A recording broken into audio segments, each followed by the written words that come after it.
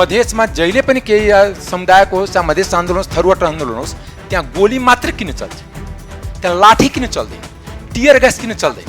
त्यो प्रहरी नियुक्तिको लागि, सेना नियुक्तिको लागि पैसा छ, शिक्षक नियुक्तिको लागि, डाक्टर नियुक्तिको लागि, इन्जिनियर नियुक्तिको लागि पैसा छैन।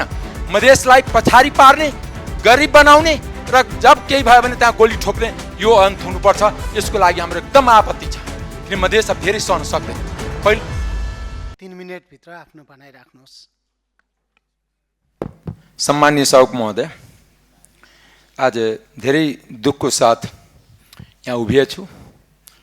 विगत पछिल्लो हप्तामा जुन तराई मधेसमा जुन विभिन्न घटना घट्यो त्यो साह्रै दुःखद हो र खास गरी 4 जना युवाले जुन आफ्नो जान गुमाए उहाँप्रति म हार्दिक श्रद्धाञ्जली व्यक्त गर्न चाहन्छु।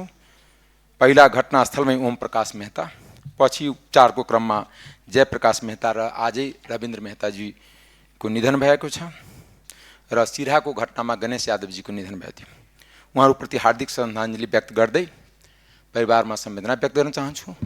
साथसाथै यो घटना आज म सम्पूर्ण सदनलाई र सदनको मार्फत आम समुदायलाई अपिल गर्न चाहन्छु। अहिले हाम्रो राष्ट्रको आवश्यकता सामाजिक सद्भावको हो, राज्यको आवश्यकता गरिबीसँग लड्ने हो, पछौटापनसँग लड्ने हो, असमानतासँग लड्ने हो, समुदाय बीच लड्ने समय होइन।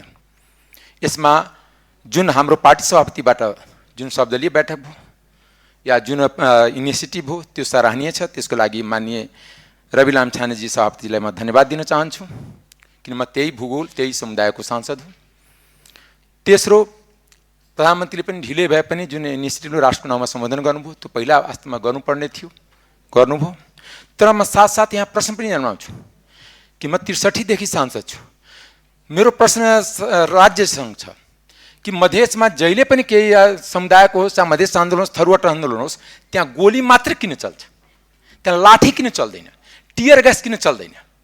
दुनियाँमा नेपाल बाहेक कुनै पनि देशलाई एसएलआर दिँदैन, नेपाल प्रहरीलाई पुलिसलाई एसएलआर दिँदैन, नेपालमा मात्र एसएलआर दिन्छ।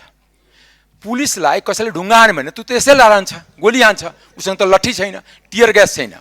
या त हाम्रो ट्रेनिङ पुगेन या किन मधेसमा यहाँको सुरक्षा निकायमा जाने बित्तिकै त्यहाँ एउटा मनोविज्ञान क्रिएट हुन्छ।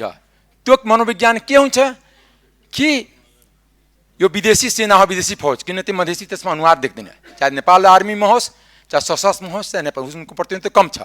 फेरि यिनीहरू जाने बित्तिकै त्यसलाई गोली ठोक्छ, टियर ग्यास चलेको, लाठीचार्ज चलेको इतिहास देख्दैन। म सरकारसँग आग्रह गर्न चाहन्छु कि सरकारले टियर ग्यास लाठीचार्ज यिनीहरूको व्यवस्था गरोस्, न कि सिधा गोली हानोस्। दोस्रो कुरा, सरकारले जुन तदारुकताका साथ आर्मी, सशस्त्र पुलिस हजारौंको संख्यामा डिप्लॉय गर्छ, हजारौंको संख्यामा मधेसमा शिक्षा छ, शिक्षा किन डिप्लॉय हुँदैन?